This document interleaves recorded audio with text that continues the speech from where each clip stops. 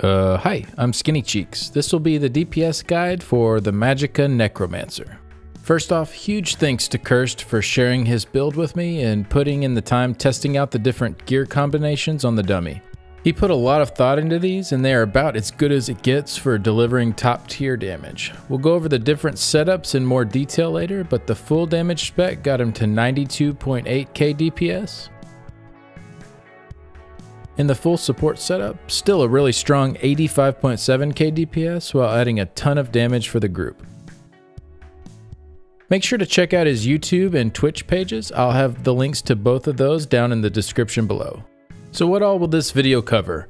I'll go through the big changes, the top race choices, the Mundus Stone, food and potions, gear setups, skill bar setups, champion points, the rotation, and then finally we'll end with the Parse on the trial dummy from Cursed using the previously mentioned full support setup with Elemental Catalyst and Master Architect. Side note, I have been streaming on Twitch, usually a few days a week. Make sure to give my page a follow to see when I'm going live. I'm always happy to answer questions if you want to pop in during one of my streams. Alright, let's go ahead and get started.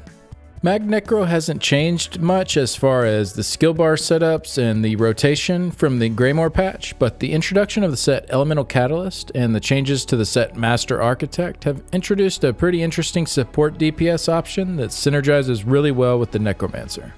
Elemental Catalyst causes the target to take up to 9% more crit damage when you affect them with Shock, Flame, and Frost abilities. And since Necros already use all three of these elements in their rotation, Elemental Catalyst works really well without them having to change anything up to use it. For Master Architect, the set was changed to now scale in the duration of Major Slayer it provides with the amount of ultimate spent rather than the previous flat 10-second duration. This works really well with Necros, not only because their Colossus ult has a higher cost, but because it also guarantees that the Major Slayer provided will line up perfectly with the Major Vulnerability applied to the target from the ultimate. Another change in this patch is with the set Medusa. This doesn't just affect Necros, but we found it to be a great option that you'll see later in this video. The old version had a line of health on it, which is not wanted for PvE damage dealers, and is now replaced with all critical chance, as well as more crit chance on the 5-piece bonus as well, which used to only be the minor force buff. This allows you to set up your skill bars without channeled acceleration or barbed trap and still get the minor force. It will be situational, as some fights are very easy to keep up either of those skills without taking away from your hard-hitting damaging abilities. In other fights though, particularly ones where you might find yourself casting barbed trap or channeled acceleration multiple times while the boss is vulnerable to be attacked, Medusa could be really nice since you can just solely focus on your damaging abilities or add in an extra damage over time ability like Scalding Rune or Degeneration. Another perk is that it frees up some bar space if you need to add in a more defensive ability like a heal or a shield. For race, the top three options we have are High Elf, Dark Elf, and Khajiit. Dark Elf is only around 0.5% and Khajiit about 3 to 4% DPS behind High Elf under normal conditions. For Bredens, they are a little further behind the top end by about 5 to 6% or so, but you do have the benefit of better Magicka sustain and extra spell resistance. So that might be worth it to you, but just realize you'll be giving up a little bit of damage in return. Other racial options aren't recommended, but even with the races that have no specific benefits for dealing Magicka damage, like a Red Guard, they only end up being about 8 to 9% DPS behind. So you can still clear any vet content with any race, but you might be making yourself work a little harder for it. For the Mundus, we'll be going with the Shadow. It did get a slight nerf with Stonethorn, but the 17% crit damage it offers with the full Divine's gear setup is still worth it over other options for the Magicka Necro. For the food, we'll be going with Bistat food with Magicka and health. It's the best option if you can sustain it, preferably Artaeum pickled fishbowl, but you can also use the blue Bistat food as well at a slight loss if the purple food is a bit too expensive.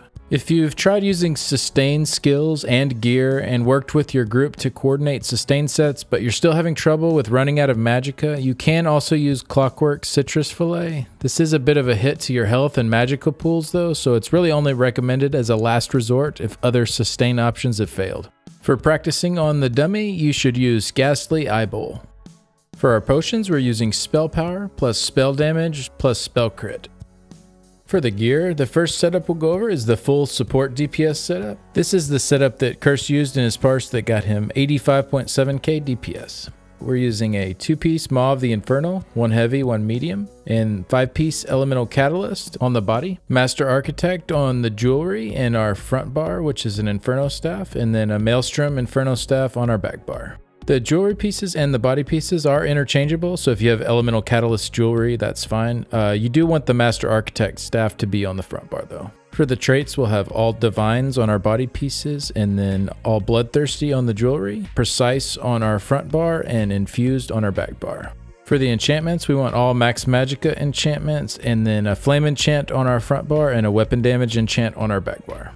It's important to note that you only need to have one person wearing Elemental Catalyst in the group to give the whole group the buff. So if there's already someone else in your group running it, that leads us into this next setup. So the only difference in this setup is that instead of Elemental Catalyst, you'll run either 5 Mother's Sorrow or 5 Sororia. On any fight that you can keep up your Sororia stacks even decently well, you'll probably want to go with that, and then Mother's Sorrow for all the other ones. If you are trying to min-max with this setup, it will require you to have 2 Master Architect staves, one of them Infused for when you're wearing Sorrow, and 1 Precise for when you're wearing Sororia. It's not a huge deal if you only have one or the other, it's just that when you're wearing Sororia, your crit will be a little lower paired with Master Architect, so you'll still want Precise. And then if you're wearing Sorrow, you can go Infused, because with our Necro passives, you'll be over critting in Execute if you run Precise.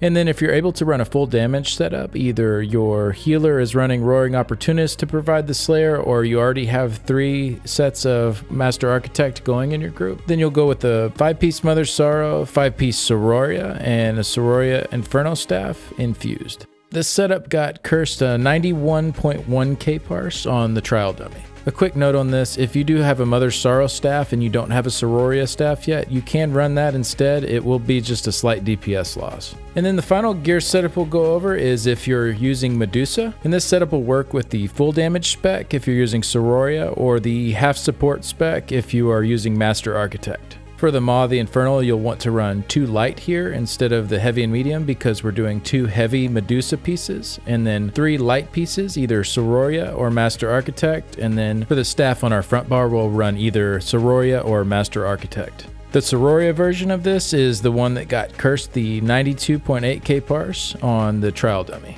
As mentioned before, it will be situational to use Medusa, but in this case it allowed him to add in an extra dot, Scalding Rune, in place of Barbed Trap, which ended up getting him a little bit more DPS. Now I'll go over the skills. This first setup will be if you are not using Medusa.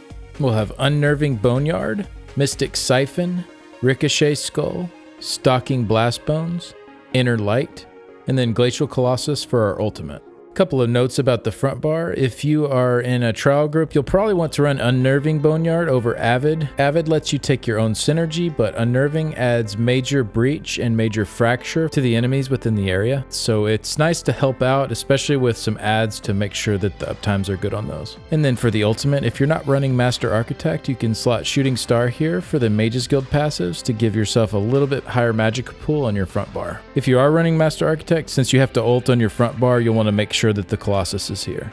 For our back bar, we're running Unstable Wall, Mystic Orb, Mystic Siphon, Skeletal Arcanist, Barbed Trap or Channeled Acceleration, and then our ultimate is Glacial Colossus again. Mystic Siphon on our back bar can be used as a flex spot if we do need another ability there. It will cost us a tiny bit of DPS by dropping it, but we'll be the first to go if we need something else. For the Medusa skill bar setup, you'll see here that the setup is pretty much identical, except for that Barbed Trap Channel Acceleration spot becomes our flex spot. So we can slot in another dot here like Scalding Rune, which Cursed used in his Parse, or Degeneration. You can put your heal or your shield here as well. Another option is just to slot Inner Light here, and so you'll have it on both bars. It is not quite as much DPS, it doesn't look like, as slotting another dot, but it is an easier option as you'll have one less thing to keep up with, and you'll have time for one more Ricochet Skull.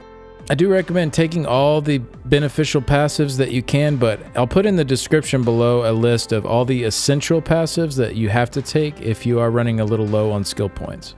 Now I'll go over the champion points. We're going to be putting 64 into Elemental Expert, 56 into Elfborn, 66 Master at Arms, 9 Staff Expert, 72 Thaumaturge, and 3 into Piercing. If the group you're running with is not optimized and you're not reaching the penetration cap of 18,200 with this setup, you'll want to remove some points from Elemental Expert and Elfborn and put those into Spell Erosion until you do reach that cap. And then for the red and the green CP, as I always say, this does vary by content that you're running and also by personal preference. This is just a generic type of setup you can use if you don't want to change it around, but ideally you'll want to change it based on what content you're doing. If you're looking for champion point setups for the red tree for various content, you can find it all at the ESO University website, eso-u.com.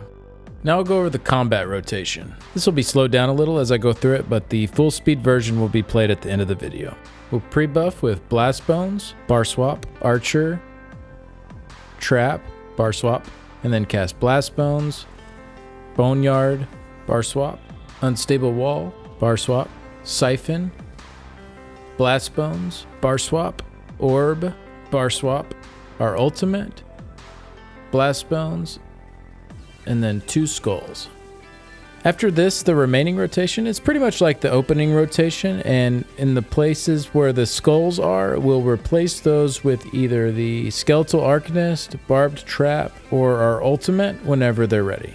The first half of the rotation from the Blast Bones through the Orb will remain static. And if you see one of your dots, like the Arcanist is about to run out right before you hit that static part of your rotation, you'll want to go ahead and refresh it early.